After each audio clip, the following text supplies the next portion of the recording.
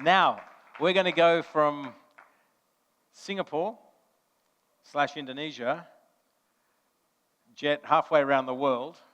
We're going to end up in Montevideo in Uruguay. So I'd like to invite up on stage Ricardo Frechou. Ricardo is the CEO of 360 Latam. We're not going to talk shareholders, okay, in this conversation.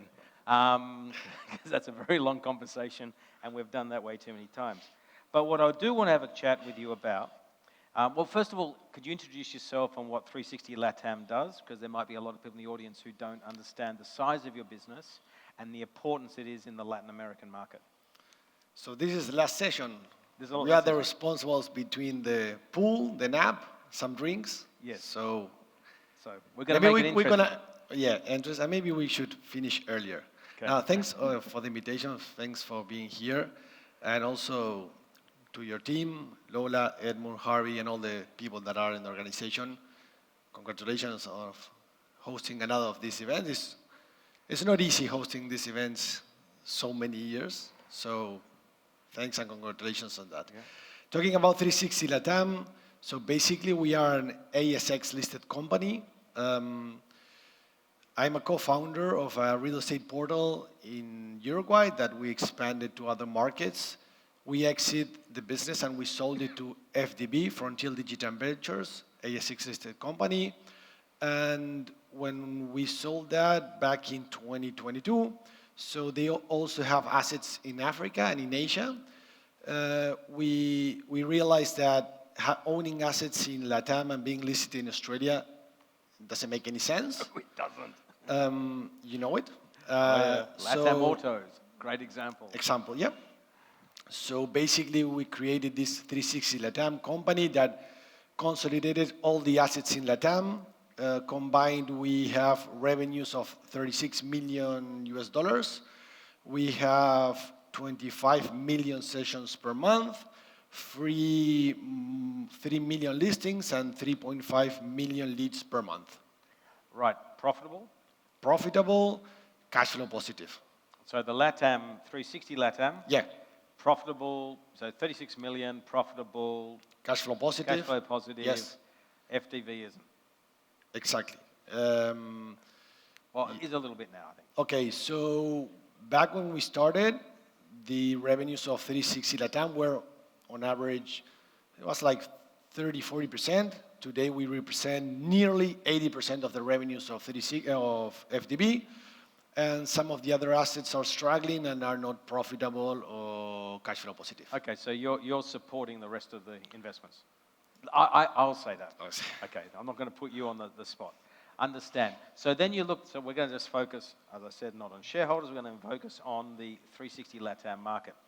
And it's what I like about your business, and we did a podcast recently about it. So if you want to catch up on a lot of the nuances, you can go and listen to the podcast that Ed, Harvey, and myself do. But one of the products that was super interesting to me, because you've pivoted the business, right, multiple times, is this product called Iris. Yep. So can we talk about two things? One is a quick journey of how you ended up at what is now called Iris, and then discussion of what this Iris product is and what absolute markets it's opening up for you. Okay, so long story short, our core business is the classifieds. So we own portals, we own horizontal portals and vertical portals. So we have 4 brands in 10 markets, in 10 different markets. And one of the things is we started getting closer to transaction back in 2017. A lot of things in the last sessions were discussed. But basically what we did is we generated leads and we sent them to the developers. We call them like washing leads. In some cases, we just send some leads. In some cases, it was a scheduling, a meeting. And we started getting traction. One of the things that happened is, in some cases, nearly 70 or 80% of the revenue of those developers came through from our leads. So we were having a lot of impact, and that started having a lot of noise in the line because developers didn't want to pay us so much money. So there was a lot of lead leakage, and they say, no, I have this lead in my CRM in the last 2 years. So there was a lot of noise in the line, and we started losing money. And one of the things also is we invested in the marketing, and we collected the commission 3-6 months in the future. So We were profitable, but we were cash flow negative. So we wanted to find another way where we could, pivot the business and trying not to spend the marketing and someone else spend the marketing. And when you go to real estate, basically, you can there are 3 verticals: sales, annual rentals, and short-term rentals. And we started seeing that in short-term rentals, with technology, Airbnb dominated, and actually they were more expensive than the brokerage. So a broker charged between 8-12% of a short-term rental. Airbnb in some cases goes up to 20%. So it's not about the percentage of the commission, it's about the service, the value you add. So then we said, well, how can we do with technology and transactions? I didn't explain, but they were on primary market. And at the end of the day, when you analyze primary market, it's basically a commodity because you are selling a blueprint. And sometimes you're selling a blueprint with an Excel sheet because it's to an investor. So we said, what happens if in this business model of transactions, we focus on sales, forget about annual rentals, and we go to primary market. And we realized that with technologies, what's happening a lot, we talk about AI, we could generate a lot of value there, and we could work with brokers. We saw that in the last 5 to 10 years, all the proptechs wanted to cut off agents and brokers. Everyone. In Latam, there were a lot of companies that raised a lot of money trying to pursue transactions on primary market and cut off agents. And I said, hey, wait, maybe instead of cutting them out, why don't we invite them to the party? And usually brokers on our markets are more focused on secondary properties, secondary market, used properties. And if you see like the franchises like Remax, I don't know which one is here, but Remax, Century 21, Engel and Volkers, usually they generate more value in the secondary market and not in the primary market. So we created this tool that's called Iris, that basically it's an MLS of primary market, where agents and brokers around all the countries we are, or other countries, access the platform, and it's super transparent. They see all the primary market listings, the correct prices, if they are available, how much they will get paid in commission, when they will get paid in commission. It may sound naive, but it's something that didn't happen with developers. So suddenly, we started getting the attention of agents and brokers because it's pro-agent and not trying to cut them off. And it started to scale like crazy. Agents were using our tools, and today we have like nearly 10,000 agents, and it started scaling to the countries organically. We try to keep this concept of flywheel. I don't know if people here are aware of, but it's basically trying to create a positive flywheel. With Iris, what we did is we had relationship with developers, we had relationship with brokers, we generated transactions that at the end also benefits the ecosystem of the portal because we got the same relationship with developers, the same relationship with brokers, so it's a positive flywheel. So suddenly we realized that we had a product that's scalable, pro to the industry, and also when you see developers, now they can work with thousands and thousands of agents, and Iris is in the middle, so they don't have to talk with 10,000 agents. They just talk with Iris.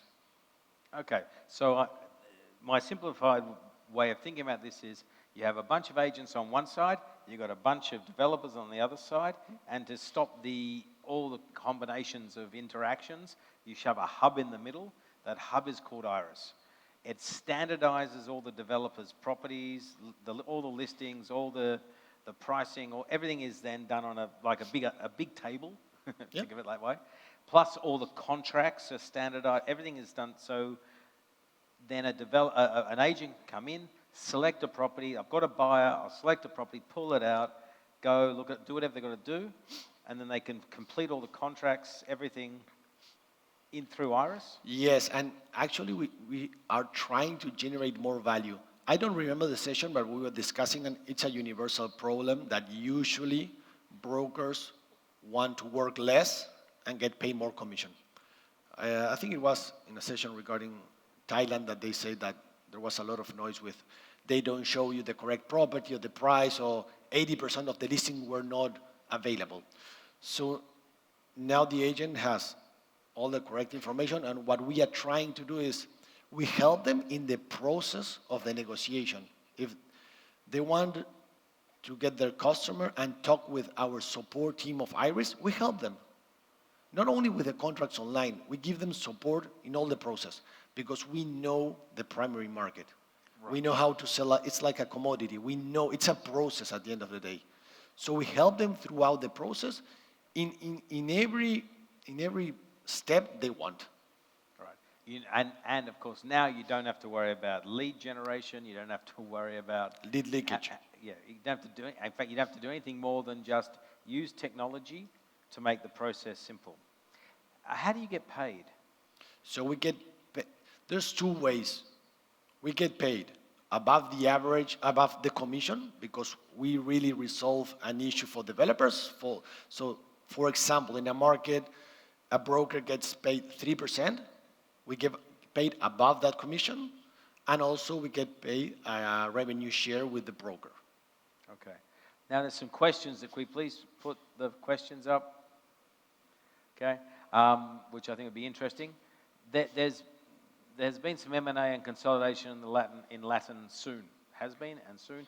There might be some soon, I think is what Ed is trying to ask there. So there's been some movement in Latam. I think now there's not so much, but there's great opportunities.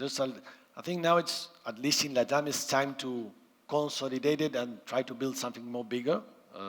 So it's great times.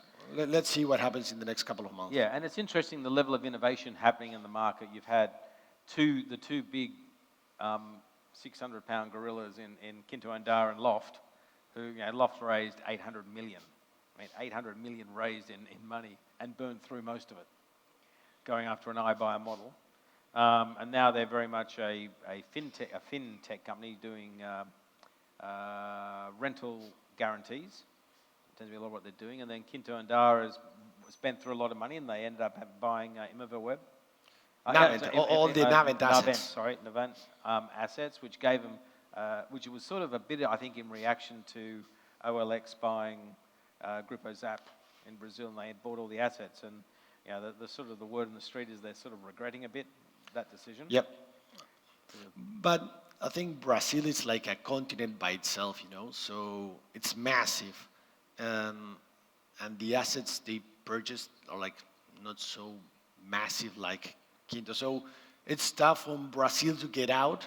Even it's another language, you have a lot of experience in Brazil, so it's not easy for a Brazilian tech company to go out to the rest of the countries. The rest of the countries are all Spanish-speaking countries, more or less the same culture, so it's easy for maybe smaller markets to grow. Yep. And have a bigger footprint than Brazil go out for. So do you think there'll be more consolidation in the market? I think yes, it should be. Okay. Any ideas of what will happen next? No, a lot of things are happening right now already. Okay.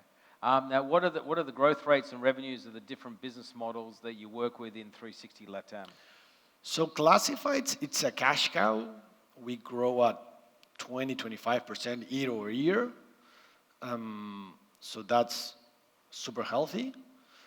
Then Iris depends on the market, but we have like 100% growth year over year, so it's scaling like crazy. And then we have other products that try to get all this positive flywheel concept that we have, like Centrified is trying to help builders in the process of purchasing construction materials. Basically, it's a database. It's the same concept as Iris. Give them a database instead of talking with hundreds of suppliers, just access our database. So you're doing this at the moment? Yep. Okay. Is that growing rapidly? Yep. It's growing. Actually, I think in the first year, we were already like, we had like, I don't want to like sound cocky here, no? but we had like $3 million in revenue in the first year of Centrify. Right. What's it called? Centrify. So basically, it's the same concept of Iris. It's creating a database because there's a lot of friction and it's not easy getting some of the construction materials. So the concept is the same. We have the relationship with the builders. We know how to manage data. we are doing it with Iris. Why don't we do it with construction materials? So it's called Centrify. It's the same concept. Okay, makes sense. How do you prevent leakage in Iris of agents using a platform to get the information and then go directly to the developer? Well, at the beginning, agents try to go directly to the builder or the developer, but what happened is that we really are, giving them a solution. So they prefer to say, no, don't come directly, go through Iris, because they centralize all the conversations with these agents. They are thousands of agents, so really the developer prefers to centralize. Actually, in some cases, Simon, we are getting paid more commission to the broker if they come through Iris than if they go directly. So Okay. I think developers or builders are pro Iris. Okay, it makes life easier for them, right? So they don't want to Much. deal with 100 little... So it's easy for them to say, no, I won't sell it, and go back to where you started, Yes. the process.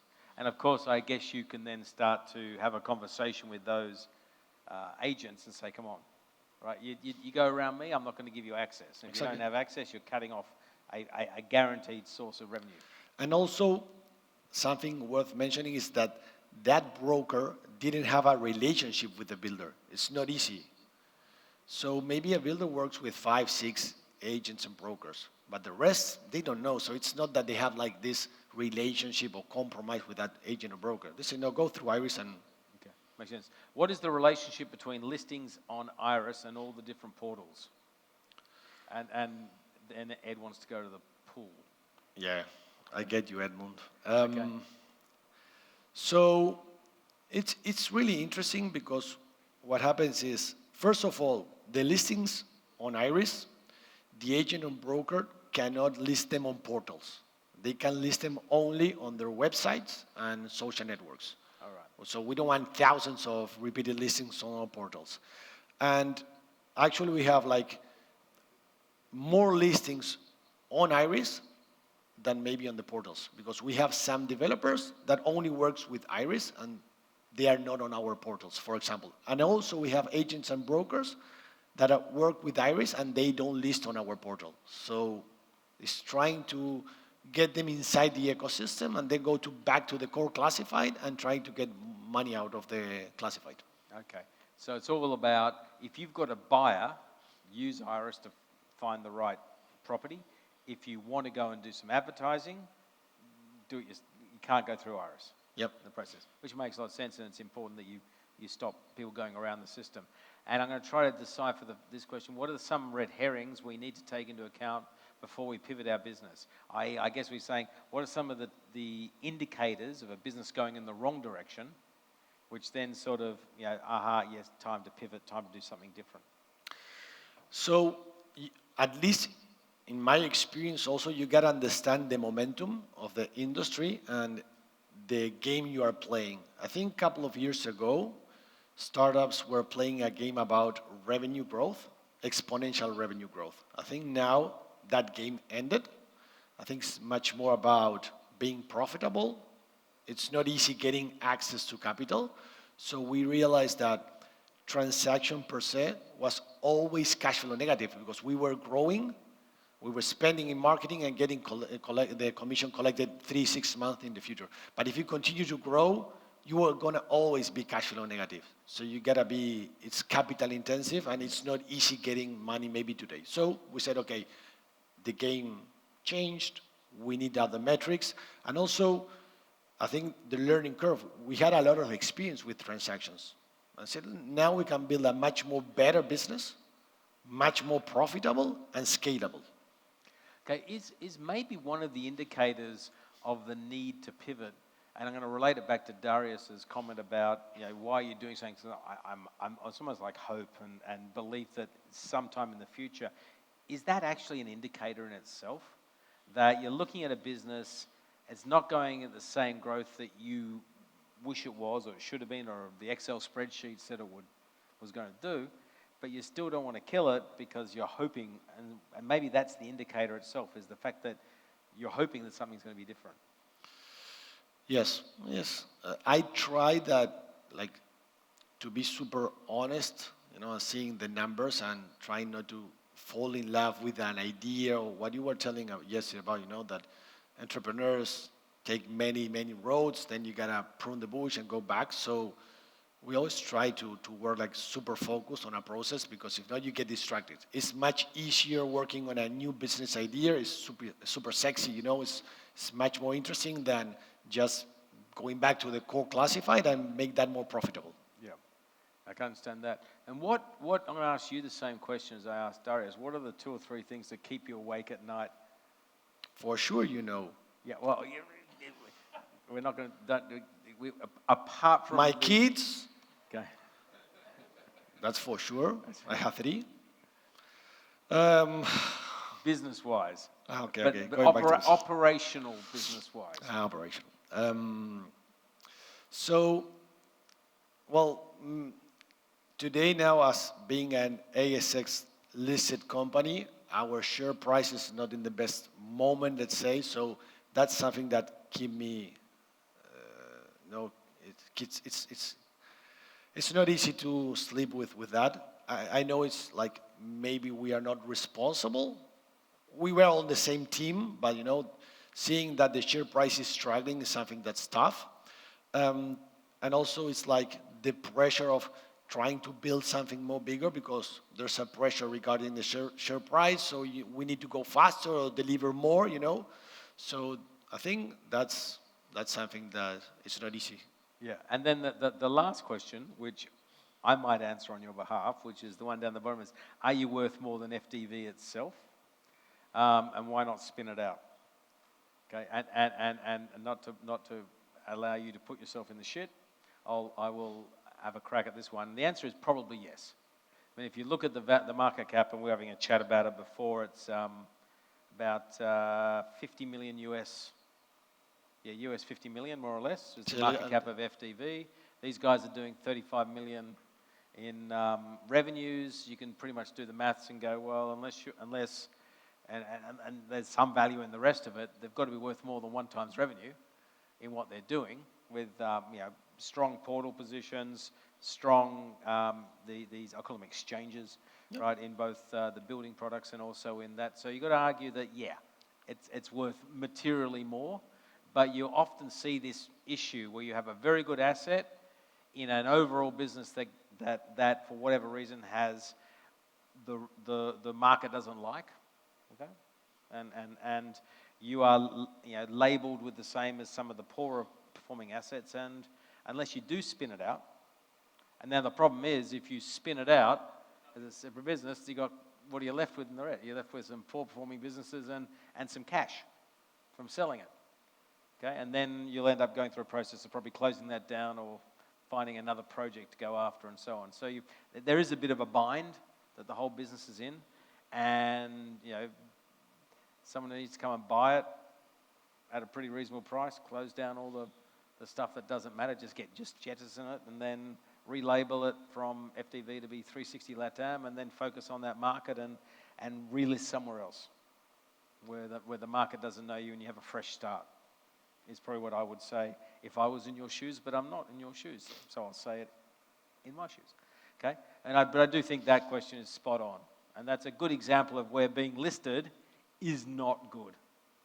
Okay, and I've been through that with a few businesses before, where you've got a great story, but the market doesn't get it, and also if you think about it, why are investors in Australia primarily, being on the ASX, remotely interested in investing in businesses that are everywhere from Latin America through to Africa, and I think there's something in Sri Lanka or somewhere, and so on, right? As an intellectual concept, it made sense, but in the execution of it over what is now a 10-year period or something? Yeah, more or less. I think it was right? 2016. Yeah, a 10-year period. Yeah. It didn't deliver on the promise, okay, or the hope. I'm going to feed back to how Darius, who wrote this question, and I'll link it back there. And so I think this is a good example of where it just doesn't make sense. And there's been a number of these businesses listed on the ASX, but operating in other countries that just didn't work. Latam Autos is a great example of another one, which was the same concept. And the fundamental reason comes down to when you talk to your average Australian investor, they're going, okay, yeah, I know where South America is, but then ask them to put the countries on a map and they'll struggle. Okay? So then say, but by the way, I'm running this sort of business in that market, and they're going, oh, that's area. No, it's actually run a little differently. You're spending 99% of your time trying to educate an audience on something that doesn't come intuitively to them. Okay? So, and that's why it just doesn't work. Good lesson learned. And for anyone who's thinking of listing a company, think twice or 3 times in that process. And bang on, time's up. Time's up. So, Ricardo, thank you very much for Thank having a chat about what you're doing with Iris. Thank you.